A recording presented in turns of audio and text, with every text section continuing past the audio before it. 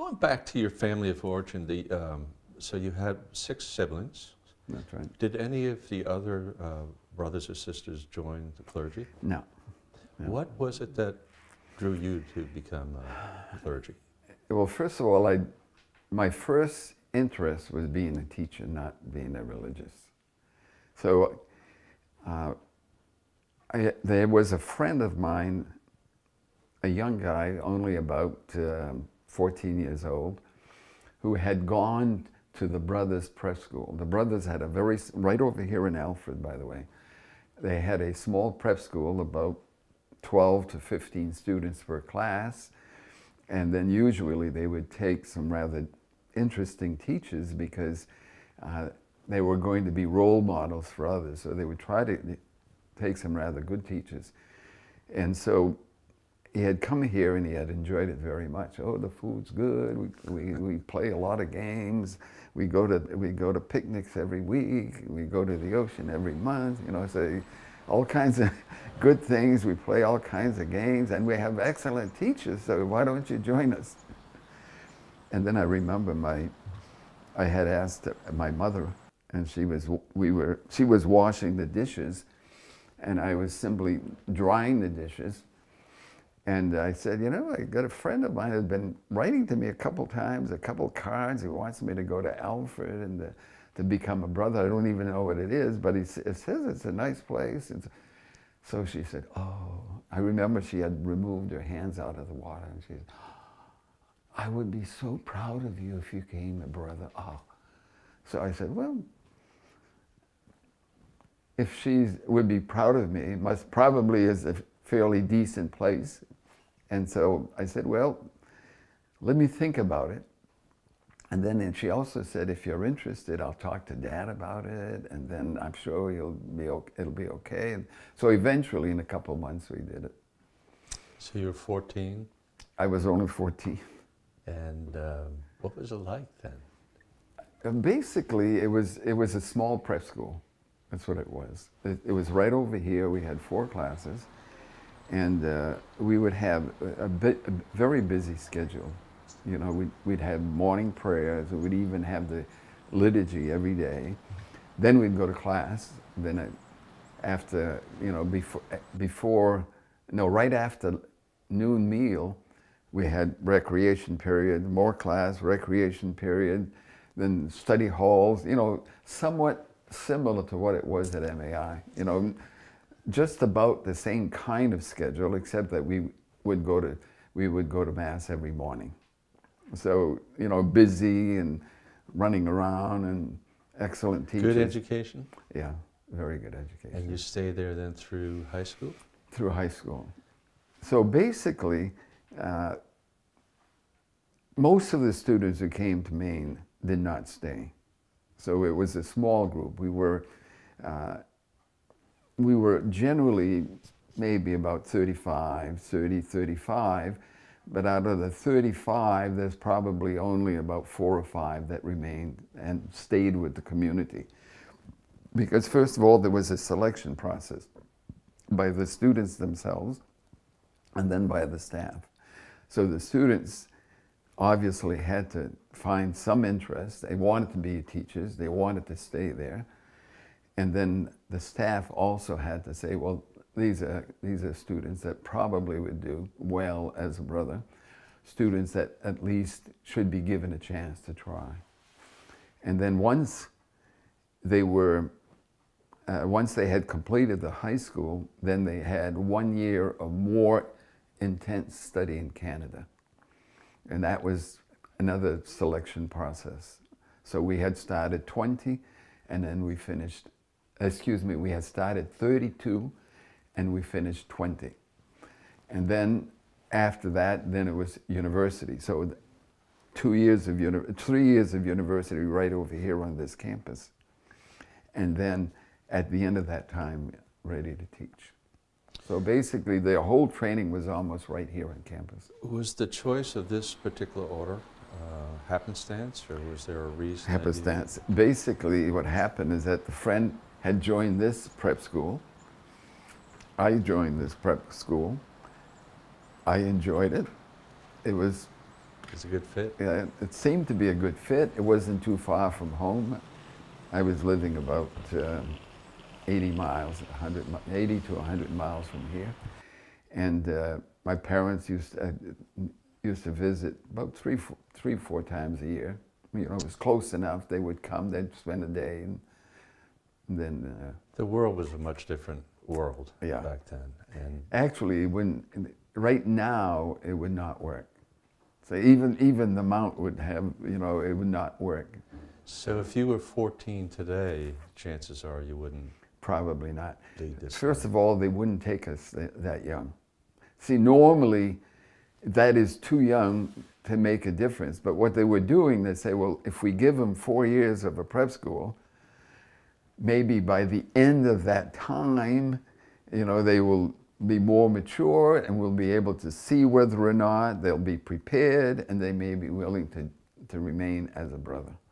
But it was really too young. There was no serious decision taken, because out of the, let's say we were 35 in the group, probably 3 or 4 would have stayed. The path towards a vocation of brother or brotherhood as opposed to priesthood, you chose brotherhood because of your desire to be a teacher. Yeah. Did you ever question whether you would want to be a priest or what the difference would be? Well, in our tradition, we had a choice. Either you took towards the brotherhood or towards the priesthood. Now, about 20 years ago, we were already feeling the lack of priesthood. And so we were having difficulty finding a decent priest. So we said, why don't we train one of our own men and then become a priest? And so they asked for volunteers at that time. So there were 4 of us, I think, or 5 of us that volunteered. My degree is in theology, so then since I would, you know, in some way I was already prepared for the ordination. But here they were discussing it. They were also looking for a provincial as the religious superior of the province. And so the provincial could not be the clergyman.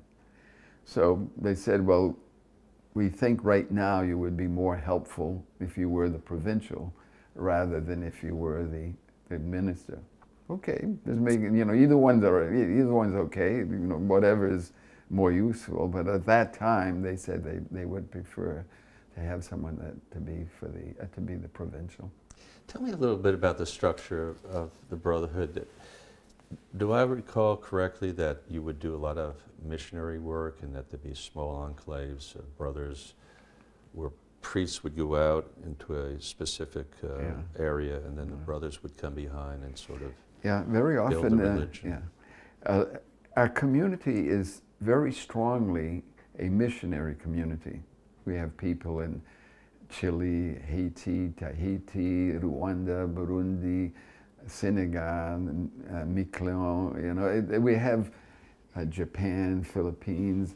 So we have at least, I would say, 14, maybe 16, 17 areas in missionary territory. So basically, you go there and you try to organize a system, get the funding from the first world so that you can set it up. And once it's set up, then it can continue and thrive. Brother, back in the days at the Mount, we used to have the St. Joseph's Daily Missal. And in the back, I could figure out how many days off I'd get from purgatory if I said certain prayers. So you were trying to get... So I remember thinking, I mentioned it to Tom and some of the others, that I didn't have to go to church until I was 64 because I had gone so often in high school that if I allocated once a week, okay, you'd probably but I'm due again, so. You're due again. But it's interesting to me in your life, a life of sacrifice, that the concept of the Catholic Church is sacrifice equals you get good time on your purgatory, probation, or whatever. But you seem to have gotten so much in today's life out of the sacrifices you've made celibacy, Mm-hmm. poverty, silence. Mm-hmm. And those of us, when we give things up for Lent, we don't think of it that way. You know, it's punishment. It's all negative. Tell me about the vows that you've made and how you incorporate that into who you are. Well, there are 3 vows: poverty, chastity, obedience. Now, poverty, I've never found painful. First of all, I have what I need. I have the education I want. I've traveled where I want. So when you share your wealth, there's enough for everybody. And there's, I would say, plentiful. So even now, for example, we're in retirement. There's enough retirement funds that the brothers will be taken care of. So poverty has never been really, and I've never taken that as one of my, you know, a serious, difficult commitment. Never. Obedience is a little more complicated, because obedience means that you have to discern in a group, and what the group decides generally is what you accept. So in other words, it's not up to one person to say, I'm going to do this, and you're going to do this, and you know. So there's a discernment process, and then when some people are selected as the leader, that leader has some authority. But the process is intelligently done, you know, so that they're not going to try to give you a position that is not going to be comfortable for you. If you say, I really don't think I'm qualified to do that, I really don't think I should be doing that, well, they're not going to say, well, go ahead and do it. You know, that's, so usually the discernment process works. And then somehow I've been in authority now for about 50 years. So I can't really say that I was asked to do this, I was forced to do this, I was forced to do that. But when you have a group that discerns and they say, well, would you do that? That usually works out. When I was 74, I was semi-retired. I was doing some work in Alfred, but I was semi-retired. But when they asked me to go, I could have said no. In fact, you know, I actually discerned again myself individually in the morning. So they would not have forced me, because that's a kind of a volunteer commitment, and I was already beyond the age where I would be normally going to a new job. Now, celibacy is more difficult. Now, and there, it was, for me, the question of celibacy was by far the more difficult decision to take. Not because, you know, I'm sexually active, but because I would have loved to have my own spouse, and I would have loved to have my own children. So there, before you make a final commitment, you say, wow, I'm never going to have my own kids. I'm never going to have my own spouse. Can I live with that? You know, so you have to really think about it twice. Can you live with that? And that was much more difficult. And that's why I told you a little while ago that definitely, if I had not become a religious, I'd be married. Unless my wife would have died, I might have married a second time, I might even married you know, I think I would have lived a married life. You know, I don't see myself living alone.